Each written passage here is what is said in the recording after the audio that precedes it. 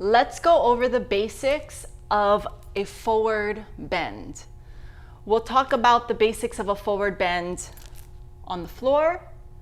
We'll also take those understandings of our forward bend here on the floor to a standing forward bend. So,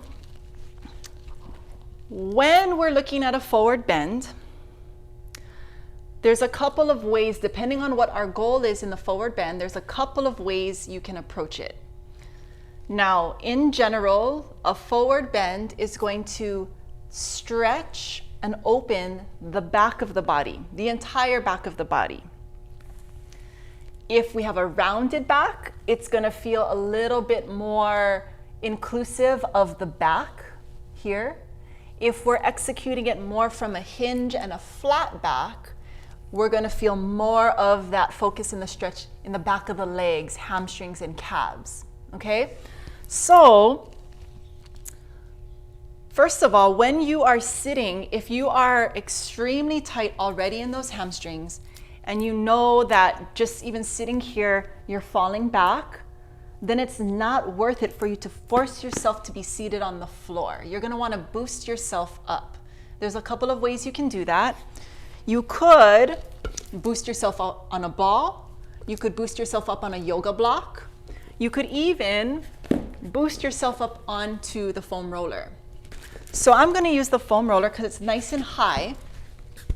Obviously, there's going to be a little wobble factor to it, but this instantly gives me a little bit of space so the hamstrings don't feel so maxed out and I have better chance of folding forward properly. So remember, we want to come back to the why of this exercise or the purpose of this exercise. It's to stretch the back of the body. It's to give us flexibility.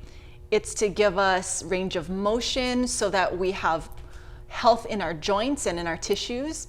So if we're just going right on into it and we're not considering proper form, we could be straining our joints and we could be straining our discs. This is a big one. We don't want to put strain on our discs in our spine. We want to be able to get the benefit without any results, any bad results that we don't want. Okay? So, whether I'm propped up or whether I'm on the ground, I first check in to see what's my status here. If I'm rolling back, prop up. Or if you don't have a prop, bend your knees. The knees instantly bent will give you a better starting position. Because of the attachment of the muscles through the back of the leg, we want to make sure with a proper stretch, with any stretch, there needs to be an anchor, and then there needs to be something moving away from that anchor, just like if you're stretching a rubber band, yeah? So you need to anchor one point and you need to be able to stretch at the other end of it. So here we're going to anchor the heels, which means we have to move the sit bones away from the heel. So that's why I want to think of my sits bones going back before anything goes forward. So my sits bones are going back. That helps me to create this fold at my hips. And then if I'm trying to focus on just really stretching my hamstrings, I'm going to want to maintain a flat back the best that I can. It's okay if it's not perfect, but I definitely don't want to be straining here and compressing on my back and putting a lot of pressure down into my abdominal cavity and pelvic floor, right? So trying to maintain my flat back. I find a place to hold so that I feel grounded through my arms. Because wherever I'm at, I want to be able to breathe. I want to be able to settle. And I want to be able to give myself time here. The time is what's going to allow the tissue to slowly open and slowly release. And then maybe time has passed and I feel better and I'm going to explore maybe straightening out my legs. Or maybe I'm able to hinge a little further. And so I'm getting that beautiful stretch through my hamstrings, through my calves. Now, if I'm here and I'm doing pretty good, but I'm like just a little bit on the verge of uncomfortable, I can maybe point my feet And that's then gonna allow the tissue at the back of my leg to soften a little bit so that it'll minimize the stretch. I can point my feet or I can relax my feet. So that's one way, another modification that you can make. Okay, so I know that's a lot so far. We've got the option to sit up, we've got the option to bend our knees, we've got the option to adjust the foot position.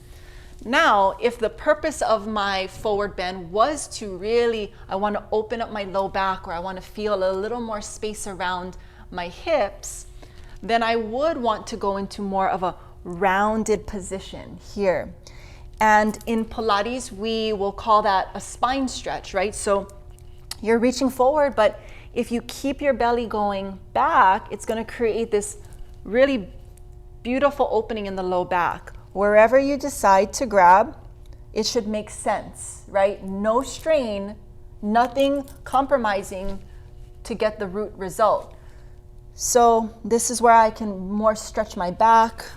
I could be here, right? I could go here. And this time around, I am trying to tuck my tail under and tuck my tail, my sits bones under. Now, because that brings my sits bones closer to my heels, we talked about that being the anchor, that's why the hamstring stretch is less. And because now this space is getting bigger, that's why the back stretch is more. So we're just, I mean, it's just the way that we're built, and we're working these different attachments, origins, and insertions away from each other or together. So that's where these spine stretches come in really beautifully. And then before you know it, the back of your body feels liberated. It's much more accessible to you so that you can go into other exercises like teaser. Bringing the legs up on this angle requires that you have flexibility in your hamstring, right? And the fact that you have more space in your back now allows you access to more of the strength of your back and the strength of your entire core body. So the forward folds, not only do they feel good, maybe not to all, but over time, they'll feel good, but they're functional. They're there for a reason to help you be able to get into some of these positions, not just for the fact that you want to perform them, but because they all do have a purpose. There is a reason to a lot of these traditional exercises in Pilates or in yoga. So these are the tips with a forward fold that make it far more worth your while. Now, I can't leave this topic without addressing, of course, the upper body. So when we're in a fold of any sort, you want to make sure that your head and neck are a part of your fold. This is the tendency, and partly why this is the tendency is because it shortens the fascia on the back of your body, so the stretch is less intense. So your body is smart. It's trying to avoid the intensity, but you want to make sure that you, at some point, when you feel able, are bringing that neck into alignment if you're in a hinge or a flat back, or you're letting the head round if you're in a curl. Not letting this be part of the picture, yeah?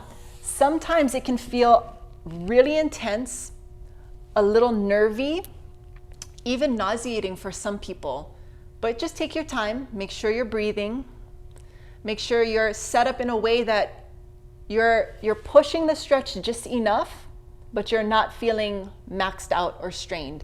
So what I generally say for any stretch is on a scale of 1 to 10, 1 being, I don't really feel much, 10 being like, you can't even like hear yourself thinking or breathing. You want to be at around a 7. You want to be at a 6, 7, no higher than 7. That way, you know you're giving yourself the challenge. You can still breathe. You can still hear your thoughts. You can still hear your body's feedback, which is very important. You want to make sure that you are not overdoing the stretch, because once you do, it really sets you back. And so we don't want that. We want to keep progressing forward, keeping the balance, keeping the healthy tissues with no stress or strain. We want to always work mindfully.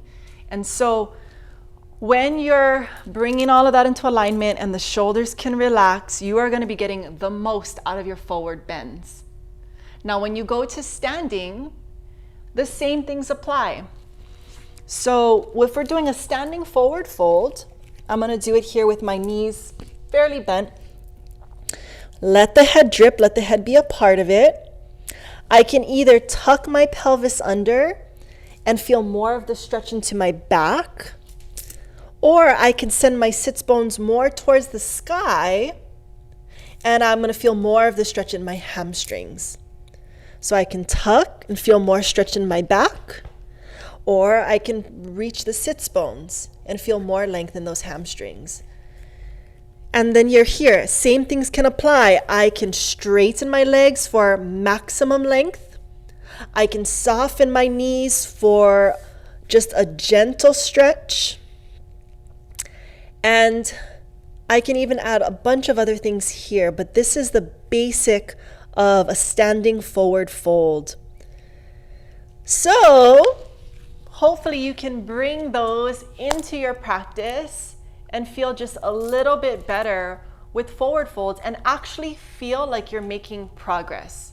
Because one of the things I've learned about forward folds is that a lot of times people feel like they are not making any progress. They've done this stretch, that stretch for years, nothing has changed. So this is how you're going to start to see the reality of your flexibility changing, and in such a way that you're not creating stress or setbacks in your body.